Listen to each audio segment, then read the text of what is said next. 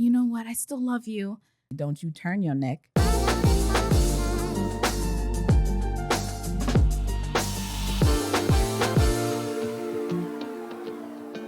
Let's talk.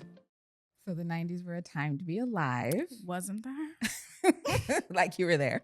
Right. But so today we are going to focus solely on the 90s. And we're going to be talking about two hits. Yes. Boomerang and Waiting to Exhale. Mm-hmm. And although I want to mention they were rated less than 60% on Rotten Tomatoes, both of them. They're classic for us, and they matter to us. Exactly. So we're speaking from a perspective of us and why they matter to us. 100%. Yes.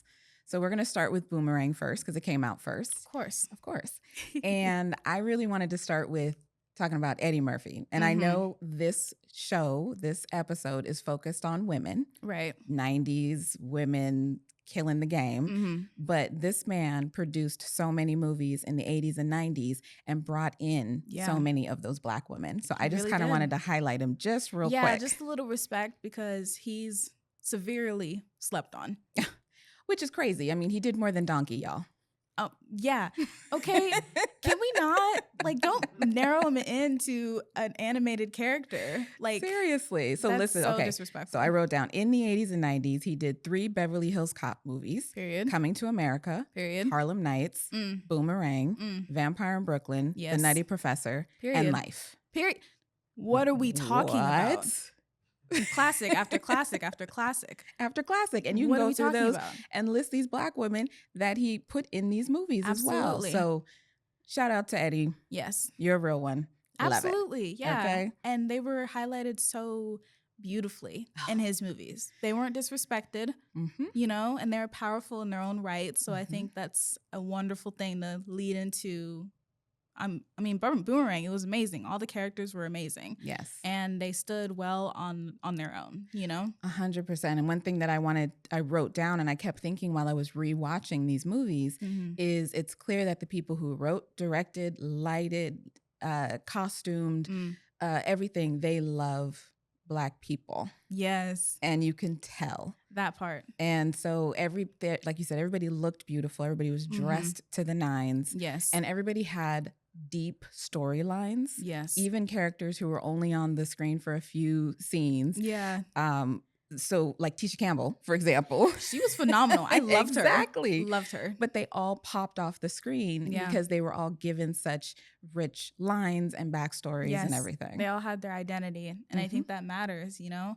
Because seeing us on the screen in the 90s, I'm sure was a big deal in itself. Yes. But we weren't side characters. And even the side characters weren't side characters. Right. They were pivotal to the story. Absolutely. And so I respect that because we're not just throwaway people.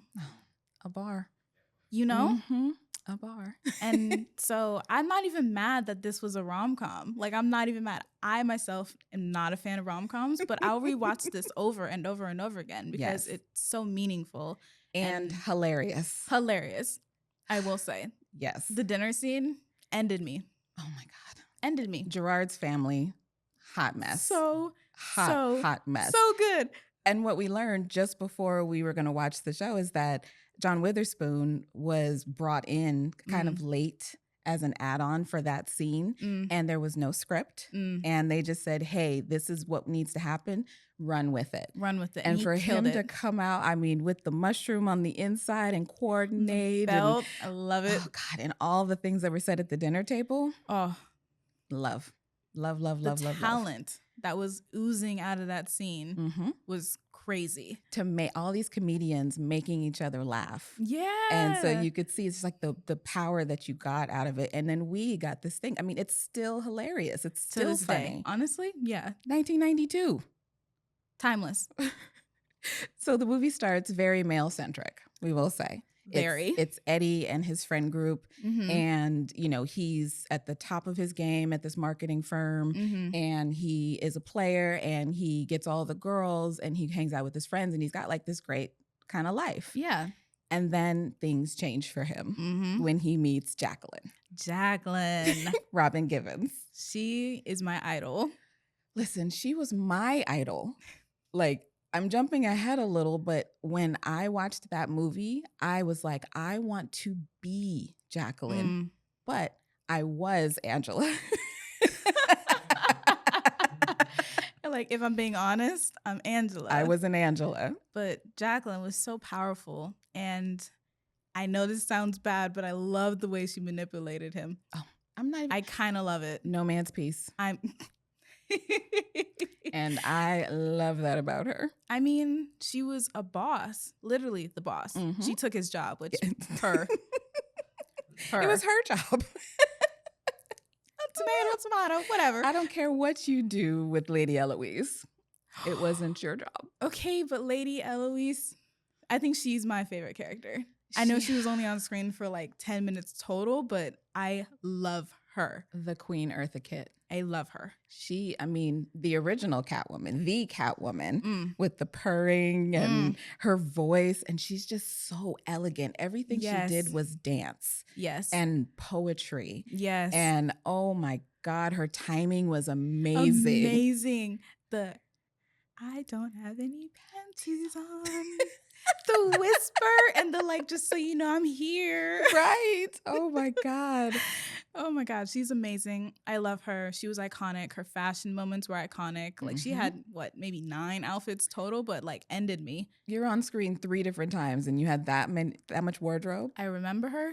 I will never forget her. Yes. And that was the point. Exactly. Period. Because she is a true diva. True diva. Exactly. And the other diva, Strange. Okay. I'm obsessed with Grace Jones. Yes. Because she's been on my Pinterest board for years. Really? Years. I don't blame you. She's fabulous. She is fabulous. Her bone structure, her skin. Ugh. And the way she just moves through the world. And so when her intro for Boomerang was iconic and legendary. I've never seen anybody have an intro like that.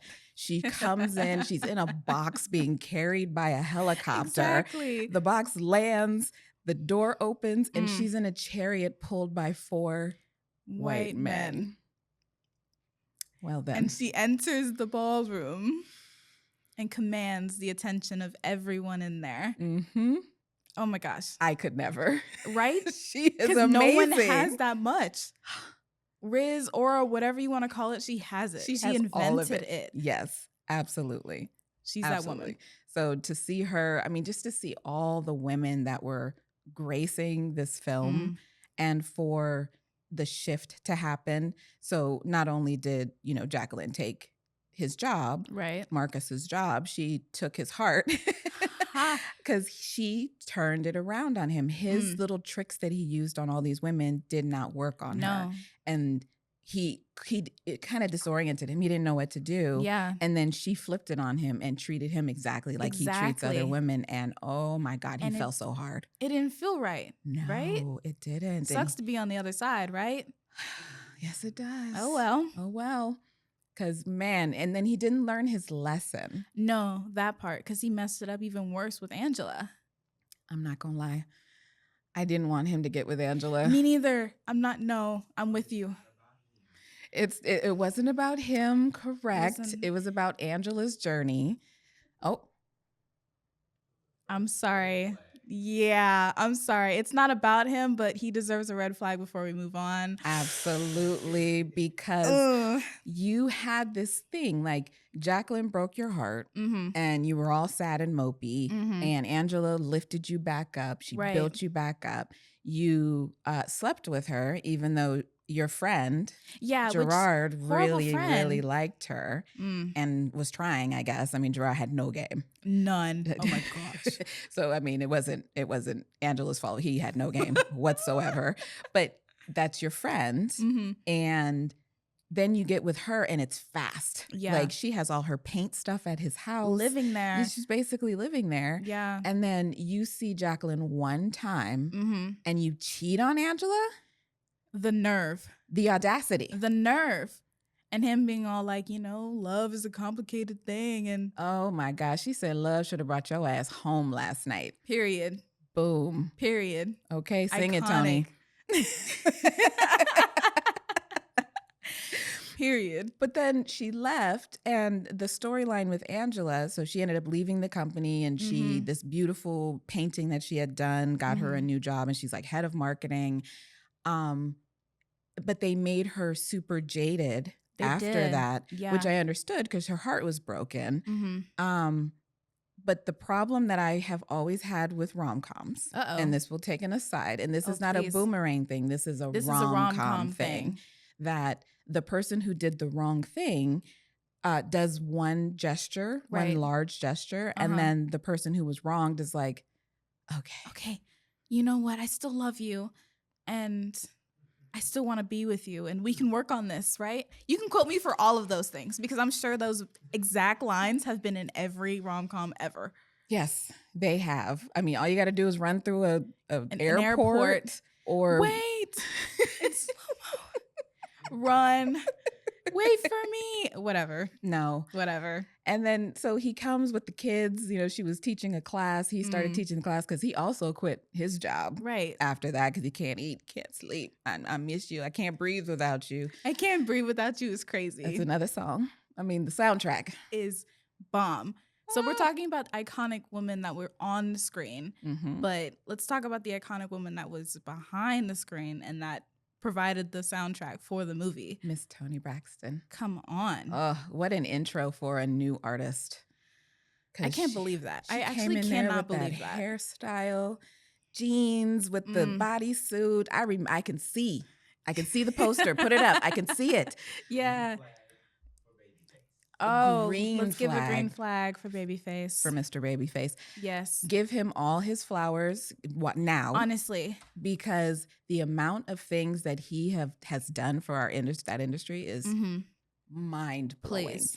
But not every song sounds different and relevant and beautiful and accurate for the artist. For the artist and for the project at hand. You can't just apply, copy and paste for the same thing. And that's another thing that I also really like about the 90s is that everything was different. The people were different. The women were different, okay? Not a single woman on this movie looked or acted the same.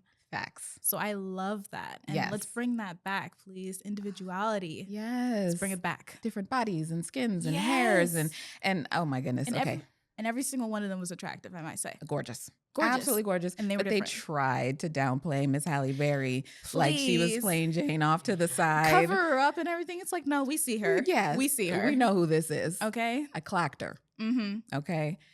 But yes, she gets with Marcus.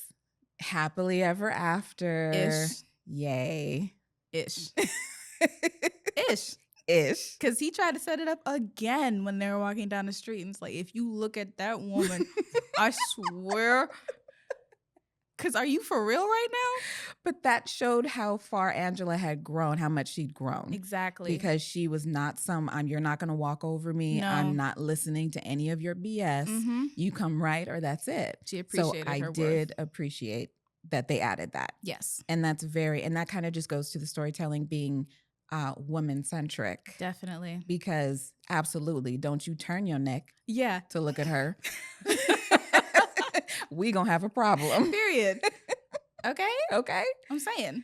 But we talk about how legendary this time was, but this movie, and then I have another one for our next movie, influenced me personally. Yeah, please. My major in college was marketing.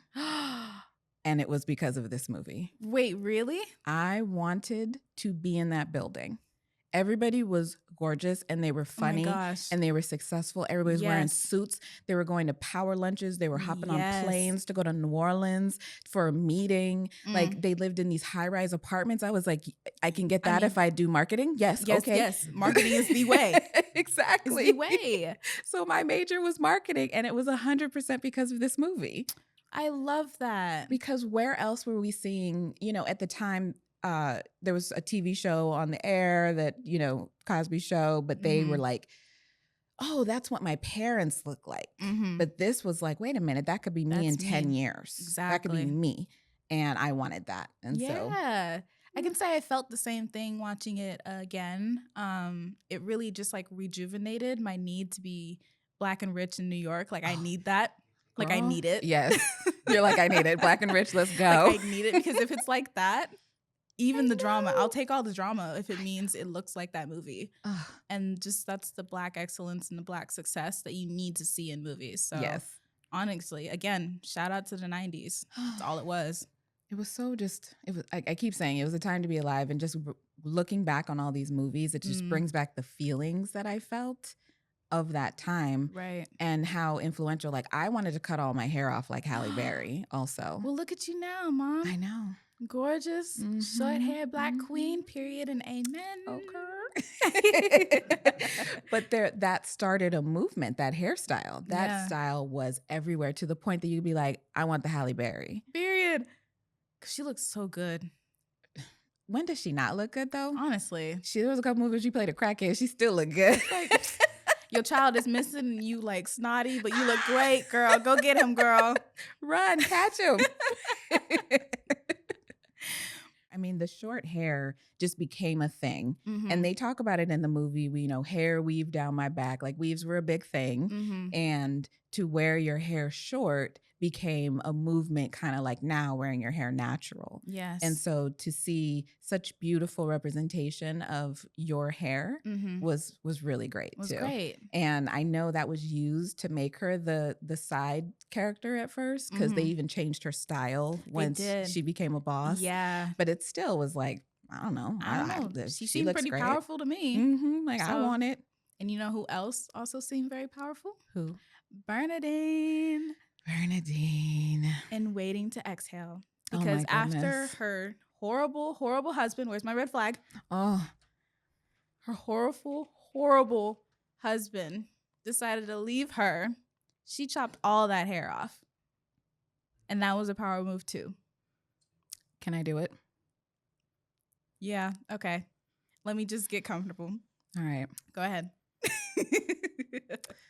We've moved on to Waiting to Exhale. Mm-hmm. And this movie started my decades-long one-sided feud with Michael Beach. One-sided. Heavy on the one-sided. Heavy on the one-sided. This man, I understand, is playing a role, but he kept playing the role. Oops. Over and over. Oops. Okay, so cheated on Bernie. Oh, my goodness. Offered her $300,000, wouldn't pay her mortgage, wasn't worried about what was going on with the kids, was treating her like crap. That's financial abuse, mind you. Okay. You should have taken the money, making her go to court and hire a lawyer and all that stuff. Okay, that's strike one. Okay. Strike two, soul food. Okay. All right. He's married to Vanessa Williams. Okay. Vanessa Williams. Okay, we putting receipts on the air right now. So not only did you have Angela Bassett, but you have Vanessa Williams. Okay. You cheated on her in y'all's house with her cousin. Wait, what? Her cousin. She's coming home with kids, and she look up, he got her up against the wall. Oh, my God. That's strike two. Oh. Okay? I'm not done. Oh, no. Strike three. Let's do it. ER. Okay. His name was Al. Oh. And he cheated on Jeannie. Okay. She was I think there was only 2 black characters on the show. No. And he cheated on her and brought home HIV and gave it to her. Are you kidding me right now?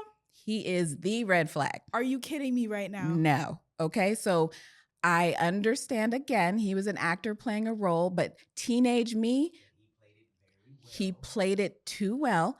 But teenage me, if I walked by him on the street, it would have been on sight.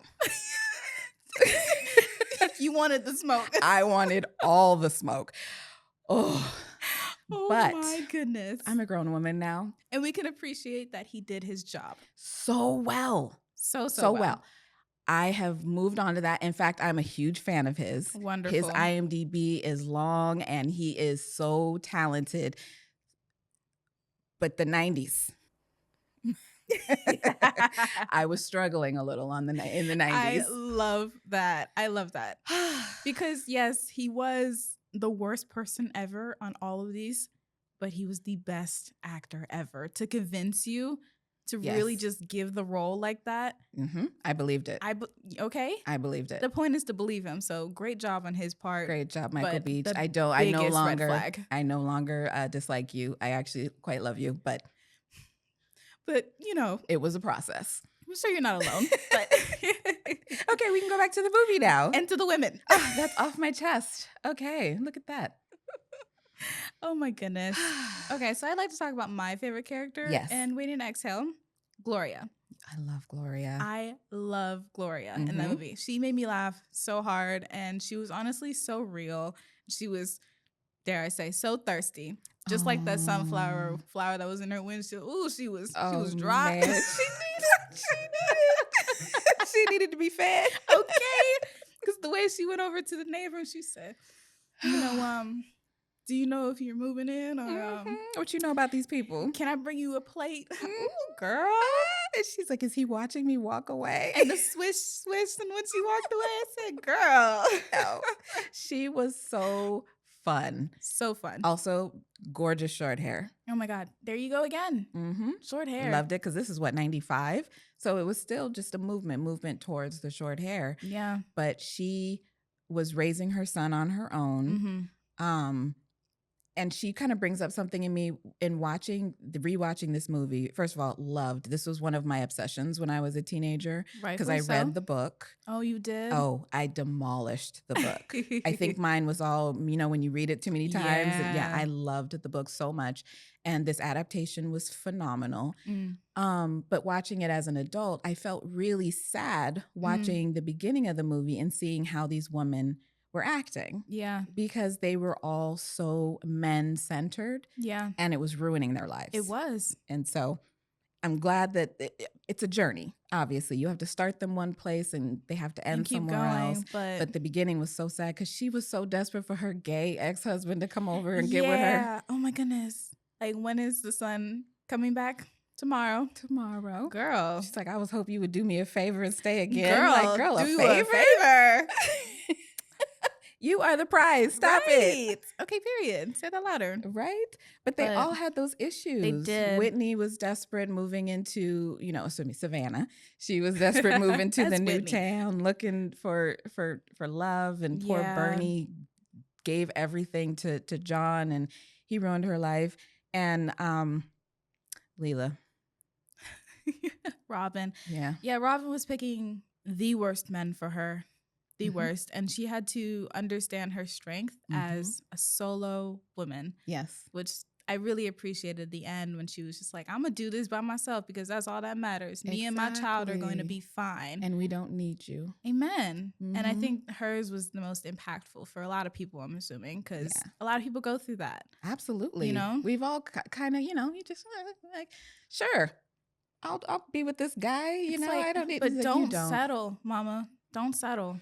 You deserve more. You deserve the world. Yeah. So I think her story was very impactful. Bernie's was amazing. I loved the moment. Yes. This is, I think, what your generation knows of this movie. Yeah. I hope that's not the only thing, please. But the scene when she burns the car is iconic.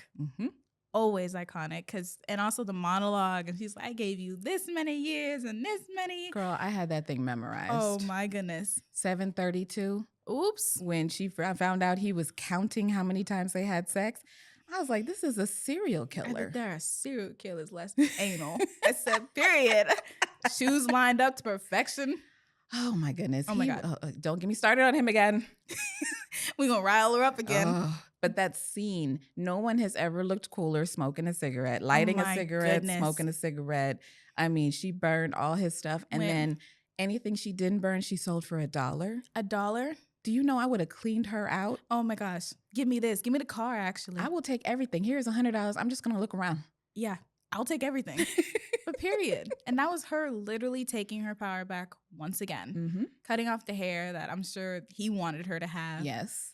Because there's a certain image she needed to have in this lifestyle that she was living with him. And she was like, you know what? I'm shedding all of that and I'm becoming who I am. Exactly. And I did want to highlight the relationship that she had with James. Is that his name? Yeah, James. And how important that was to me, because in this time, in this day and age when hookup culture is just so prevalent and the only connection you can have with someone is either on a phone or it has to be sexual in some way. Yeah. And that relationship had none of that. they just communicated and they had a connection. And I think that's so important because not every male and female relationship has to be sexual. God, where's my green flag? You know? And he's like, I fell in love and we didn't do anything. All I did was cuddle. And I was like, amen. I know. I think that was so great to see and so progressive. You know, it really, really was. You know? The reveal of that being Wesley Snipes, it was a reveal. Oh, was it? Yes, because at the time he was just an action star. He was Nino Brown, you know. So Okay. he was not going to be in a rom-com. And people who loved the book were waiting to see who they were going to cast as James. Oh, I see. Because in the book, they did have sex. And it was a really detailed sex scene, I will say. And I love that for the visual medium, they made it that they just cuddled. Exactly. They were, you know, over the covers. They were in each other's arms. They needed that. That was perfect. And I think the book was perfect as it was. But sometimes you have to change things. Absolutely. And I think that the writers made a great decision. A great decision. I support it fully. Yeah. And it was very, I don't know, it was very appropriate. And, you know, it was lovely. It was honestly more lovely than if they would have slept together. 100%. You know? And he wrote her a letter afterwards. Both movies discuss letters. Marcus was trying to get Angela to respond to him, and he sent bring back letter writing. Letters. How wonderful is that? Like, how personal is it? First of all, I used to write whole term papers by hand. We all did because there was, you know, with computers. What? Ow. Exactly. And Ow. I could do it. And now I write one page of a to-do list and my fingers are hurting. Right. Like I can't do it anymore. Okay. But to write an actual letter, put a stamp on it, drop it in the mailbox, like that just takes effort, a level that maybe we don't do anymore. No, we don't. Because it's so easy, right? Just send a text. A text. That's nothing. It's nothing. Bring back letters. Bring Okay. back lovers. Okay. Don't spoil my takeaway. You're going to love my takeaway. I'm excited. I'm like, let's get to it Let's now. get to it. No, No, not yet. Not yet. Stay tuned. But yeah, this movie, I think just personally for me, I know that we don't make movies like this anymore. And I'm not even talking about like just romance. I'm talking about this level of romance and Black romance and Black love on screen. And I feel like you should bring that back. And I feel like it's a problem when I can count all of the Black rom-coms that we have on one hand. And that's just like in a decade. True. And that's a problem for me because don't you think it's important for the Black youth to see Black love on screen? I think it's important. You know? So that's a problem for me. And I was really bummed out when I was watching these movies because I was like, it's not like I can find a comp for this because where are they? You know? Very true. Or they'll lean way into the comedy and not into the seriousness of it, you know? And we need to see the seriousness of it. We need to see the flaws of all these people. Yeah. Because we're acting like these women didn't have flaws and we're acting like Marcus didn't have flaws. Marcus cheated, but okay, let's talk about, wait, is Robin sleeping with a married man and so was Savannah? Yes. So they were flawed. I Hold love on, it. Bernie did too. Oh my God. Yeah. Afterwards, the football player. Look at Gloria. Look at Glow. She would have. I'm telling you, that flower was dying. Okay. She needed to be watered. But it's true. It's like nobody's thinking these people are perfect, but who is perfect? What's perfection? Exactly. And so being able to see, we saw ourselves in these characters in both movies. And we saw something that was aspirational. We saw something that we knew, you know, our moms, our aunties, our grandma, like our uncles, like people are acting like these people are acting. Yeah. And that there's a comfort to that. Definitely. And these movies aren't just for us. It's not Black movies made for Black people. They're for everybody because culture is for everybody. Exactly. I should be able to watch a movie from a different perspective and learn something. And still be able to resonate with it. Exactly. Like I love watching movies where there's those aunties who are overbearing from other cultures because I mean, like I totally get that. We got overbearing aunties too, you know. And so there's universal themes in all of these things, and we need more of it. We need more. Definitely need more because as much as we're like, oh, we're separate people, are we though? because we all kind of think the same. We all kind of act the same. And yes, we are all human. So how different are we? Exactly. When it comes down to it, how different are we? Not very. Exactly. So, but yeah, these movies were pivotal for me, watching them decades later. Yeah. Still relevant and still pivotal. And I just appreciate them for what they are. And I just hope that we find our way back to that into this level of storytelling. Absolutely, because the storytelling was amazing. Amazing. But when we're talking about relevance, so I told you I majored in marketing because of Boomerang. Which I can't believe. Yes. What? So for Waiting to Exhale, remember when Whitney went to that New Year's Eve party and her hair was up in the French roll with the curls? Oh, yeah. I wore that exact same style for prom. Can we put it on the... Put it here. Yes. Yes. Oh my goodness. I love that. Yep. And that style is super cute anyway. It was really cute. I remember driving into town. I was like, look, I need this. I need this. Yes. French roll, twisty period. twisties. Let's go. And okay, it seems like nothing. Even at that time, it didn't feel like that big of a deal. It was a style that I saw and I was like, oh, that's cute. But when I think back, I'm like, because where else was I going to get style inspiration from? That part. You know? Yeah. And so I'm watching this movie with all of these Black women with lives that I want to aspire to. Because first of all, they were all successful as well. Okay. They all had successful jobs. And Bernie helped build that damn company. Okay. So they were aspirational in all ways. And I even looked at their messy relationships as just kind of part of growing up. Yeah. I was like, oh, okay, there's going to be some mess. I mean, always. There is some mess. It would be ridiculous to say that they were perfect and that there was no sort of mess in their life. That's unrealistic, and don't lie to people. Right. So, right. No, but I love their mess, honestly. I'm here for their mess. I'm here for old boy in a black leather vest to show up to her place and try to throw an orange at her. If you don't put that down, I swear. She knew him for 3 days. 3 days. He said, meet my kid. My kid. It's like, my son? When are you going to tell me you had a son? I'm sorry, but Robin. No.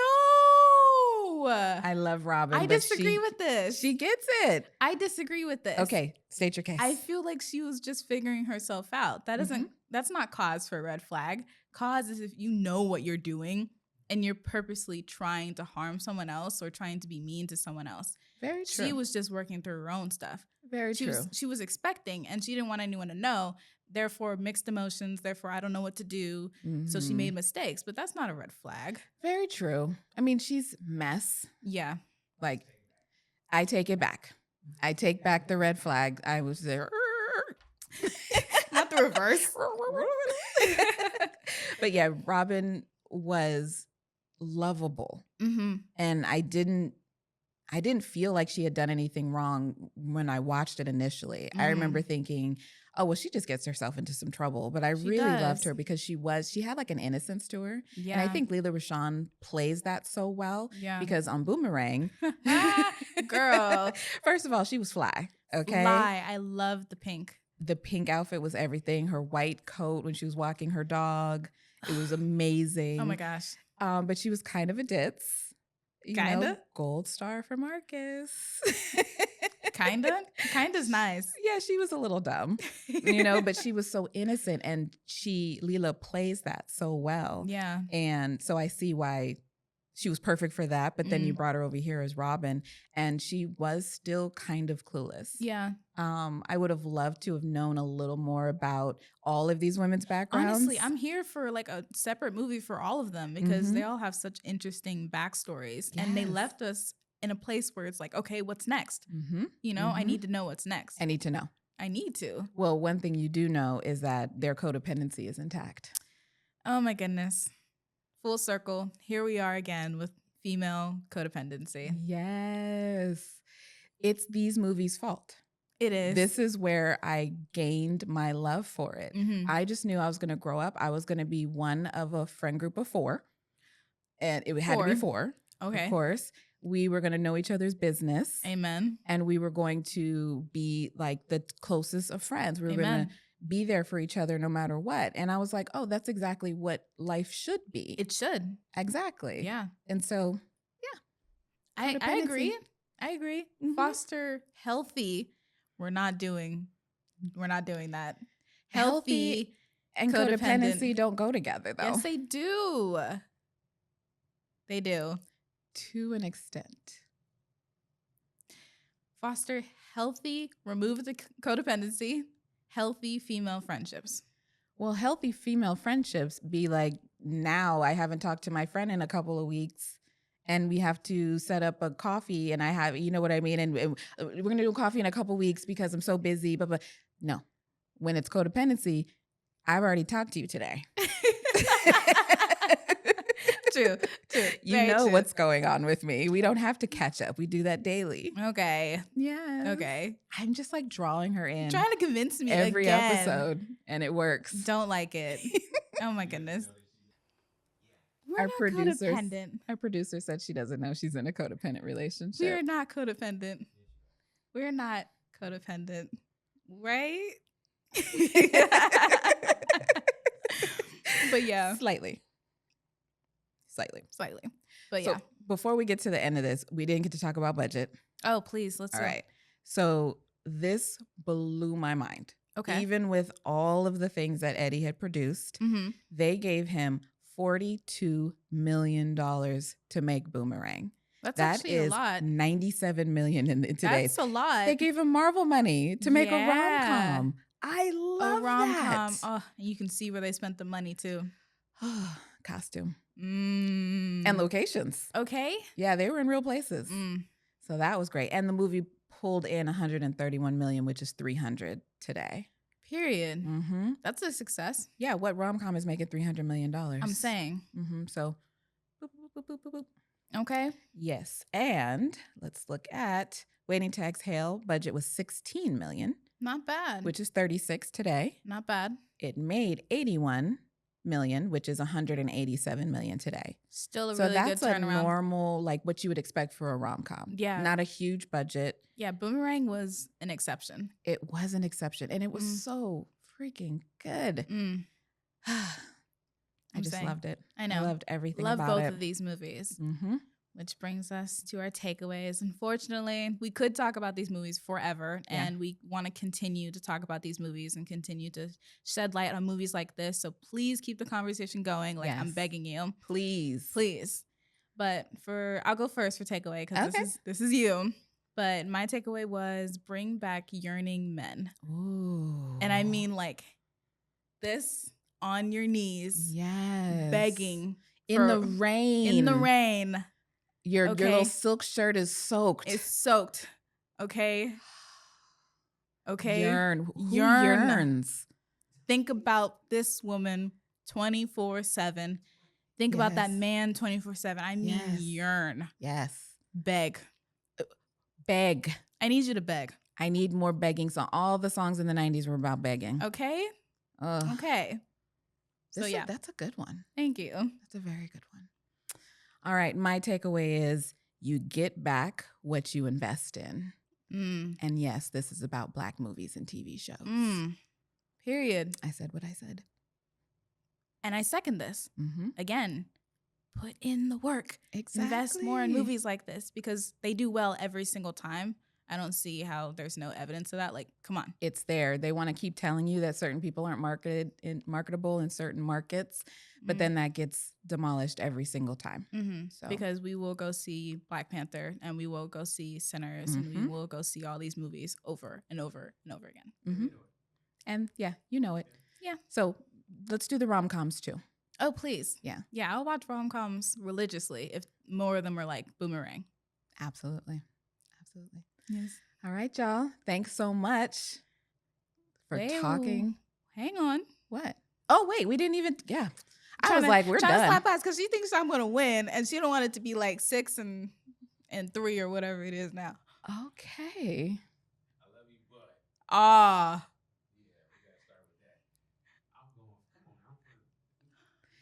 He's Team Gen X, baby. You were never going to win this one.